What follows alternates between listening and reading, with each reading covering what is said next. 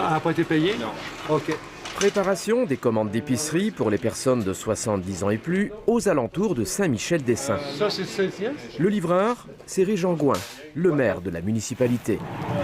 Quand je m'étais impliqué, bien, c'était pour les gens. Fait que quand que je rencontre, moi, j'aime bien ça rencontrer le monde. Les gens sont plus sécurisés, les employés aussi sont plus sécurisés. Fait que ça nous garantit de garder une épicerie ouverte ou une pharmacie ouverte. En route vers la première cliente. On va mettre ça ici? Oui. J'ai hâte quand je suis le mardi de faire ma commande pour voir M. le maire. Parce que c'est lui qui m'a livré la semaine passée. Puis j'ai la chance qu'il me livre encore aujourd'hui.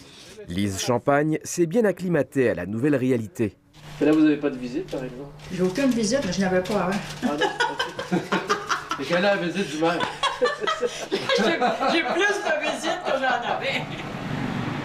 Avec sa population de 2400 âmes, la petite ville n'a techniquement pas encore enregistré un seul cas d'infection au virus et aimerait que ça reste ainsi. C'est bien bon, merci. Mais au pays du chalet de saison, le décompte des résidents monte à 10 000. Bref, l'inquiétude vient de l'extérieur. Ils viennent ici, c'est à eux autres. Comment qu'on peut dire, nous autres, on est résidents, on vous dit, on aime bien ça voir l'été, mais là, c'est plus le temps, là. Restez chez vous, là. Si vous venez au chalet, bien, restez là. C'est tout le temps, c'est la peine importante.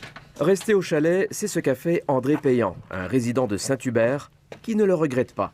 Dans les villes, souvent, quand tu restes dans une maison-appartement, tu ne connais pas ton voisin. Tandis que dans une petite municipalité, tous les gens se connaissent, se côtoient, s'aident, s'entraident, se rendent service. À l'heure de la pause, c'est le dépanneur du coin qui concocte le repas de midi pour emporter.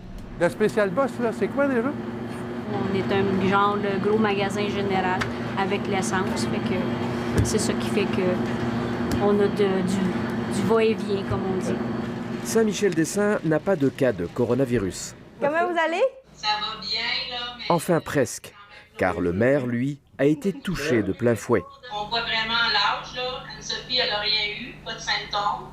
Moi, un peu. Avant la semaine de relâche, sa femme et sa belle-mère ont rejoint en Europe la fille aînée qui était en vacances et ils sont revenus contaminés. Sa belle-mère a même failli y passer.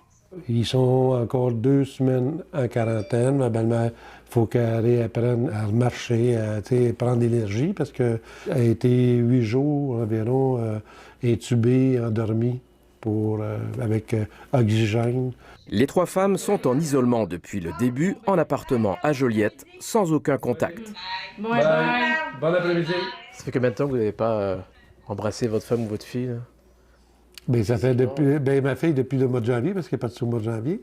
Puis ma femme depuis le vendredi avant la semaine de relâche. Une fois par semaine, Régent Gouin leur livre aussi l'épicerie.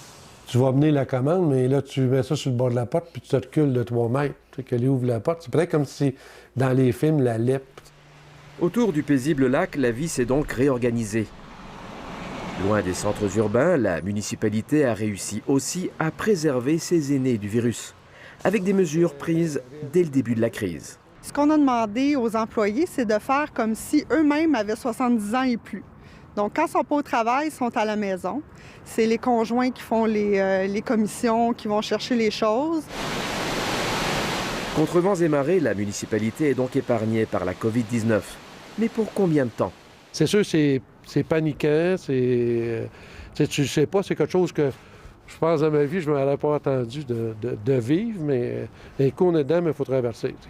Il faut traverser la rivière, on va la traverser. Entre forêts et lacs, son maire, éternel optimiste, veille au grain.